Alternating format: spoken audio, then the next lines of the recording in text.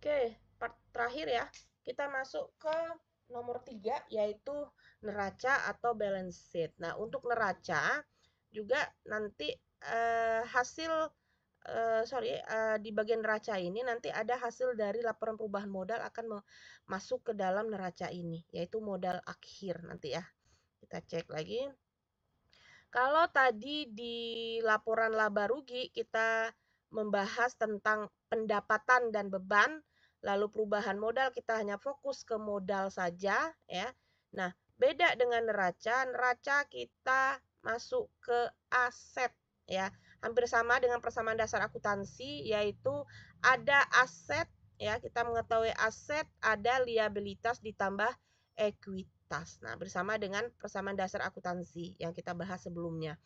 Nah, untuk laporan neraca, laporan posisi keuangan, itu ada dua cara untuk membuat bentuk kolom atau tabelnya. Yang pertama bentuk skonto atau horizontal atau T account. Nah, seperti ini nih. Maksudnya apa? Dibuat dipisah seperti kita buat laporan perubahan modal persamaan dasar akuntansi, dipisah antara kiri dan kanan. Yang sebelah kiri aset, yang sebelah kanan liabilitas plus ekuitas. Nah, itu cara pertama. Lalu yang kedua, bentuk staple atau vertikal. Ya, laporannya dia ke bawah. Nah, biasanya Ibu menjelaskan itu menjelaskan di papan tulis biasanya ke bawah biasanya. Cuman karena kita sekarang online ya udah kita Ibu jelaskan seperti poin A aja, yaitu bentuk skontro. Skontro. Nah, salah. Skontro atau T account. Ya, maka di dalam neraca ini ada 3 akun yang akan kita bahas. Yang pertama adalah akun aset, ya, untuk mengetahui berapa aset. Lalu yang kedua adalah akun liabilitas dan terakhir adalah akun ekuitas. Nah, ditambah dengan ekuitas. Yang mana ya aset ya dan liabilitas ditambah ekuitas ini harus balance sama kayak persamaan dasar akuntansi kemarin. Nah, kalau total aset 100 juta, maka total liabilitas ditambah ekuitas juga harus 100 juta rupiah. Nah, seperti itu ya. Oke, kita masuk contoh soalnya, masih menggunakan contoh soal yang kemarin. Yang pertama kita tentu membuat identitasnya terlebih dahulu. Ya, perusahaannya apa, laporannya apa, dan periodenya. Oke, yang pertama kita mencari aset. Sekarang kita cek. Makanya Ibu bilang, kalian harus bisa mengklasifikasi bagian dari aset. Yang mana aset itu ada 3, aset lancar, aset tetap, dan aset tidak berwujud. Karena kebetulan di sini masih sederhana, oke lah, ini masih semuanya dimasukin dulu. Tapi nanti kalau udah masuk kita ke jurnal, nanti akan terpisah lagi. Ya. Oke, kita cek aset. Apa aja bagian dari aset? Ada kas, ada piutang, ada peralatan, ada perlengkapan. Kita lihat di contoh soal kita kemarin. Ada berapa aset di sini? Karena ini enak ya, karena udah jelas asetnya.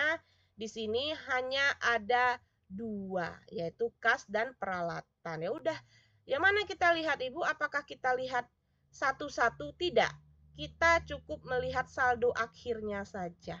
Ini aja yang kita pindahkan. Nah, ini kita pindahkan, nggak perlu satu-satu. Karena di laporan keuangan kita nggak mencari hal satu-satu lagi, dia udah rekapan dari semua transaksi. Yang pertama kas totalnya ada 19.500.000, lalu peralatan totalnya ada 1.500.000.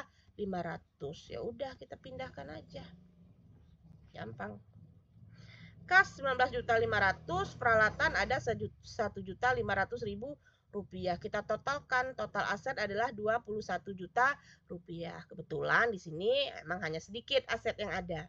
Lalu kita masuk liabilitas dan ekuitas, sama caranya, tinggal pindahin aja yang ini. Nah, total liabilitasnya 300.000, total ekuitasnya 20.700.000. Nah,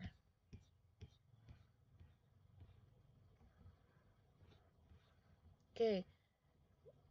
Total utangnya atau liabilitasnya 300, total modalnya Tuan Anton, modalnya modal akhir ya, bukan modal awal.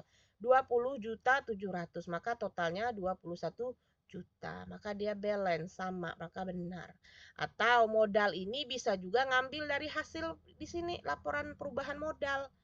Nah, tadi kan modal 20.700.000 kan, tinggal salin juga bisa. Pindahin aja, karena dia yang diminta di sini modal akhir, bukan modal awal. Oke ya, itu untuk neraca. Tapi ini masih sederhana ya, kita belum masuk yang belibetnya. Nanti belibetnya itu di laporan ketika udah masuk ke siklus akuntansi. Oke, 45 kita skip dulu ya untuk semester ini. Ibu fokus hanya ketiga laporan keuangan ini aja. Kalian harus mampu menguasai, maksudnya ending dari kalian mempelajari pengantar akuntansi, paling tidak kalian harus menguasai membuat 3 laporan keuangan, yaitu laba rugi, perubahan modal, dan neraca. Ya, yang 4 itu ada kas, laporan arus kas, cuman saya tidak menjelaskan contoh soalnya ya, saya fokus ketiga itu aja. Laporan arus kas sudah jelas lah, namanya arus kas. Dia mencatat arus kas masuk dan arus kas keluar atau setara kas. Kenapa? Karena di dalam proses transaksi keuangan yang paling sering terjadi itu adalah transaksi kas.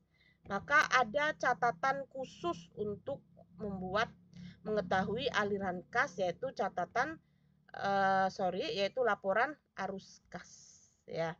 Laporan arus kas itu ada cash inflow ya, kas masuk, atau cash outflow yaitu kas keluar. Apa aja yang menjadi kas masuk? Yang pertama tentu hasil penjualan produk perusahaan jasa ya, pendapatan yang masuk itu masuknya ke cash inflow. Penagihan piutang dari penjualan kredit ya, yang ada yang berhutang kepada kita.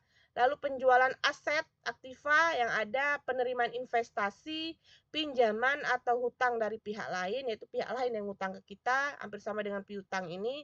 Lalu penerimaan sewa dan pendapatan lain. Itu yang cash inflow, duit masuk intinya.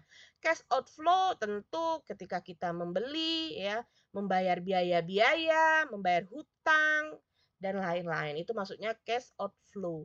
Nah, untuk arus kas tersendiri itu terbagi menjadi ada 3 ya.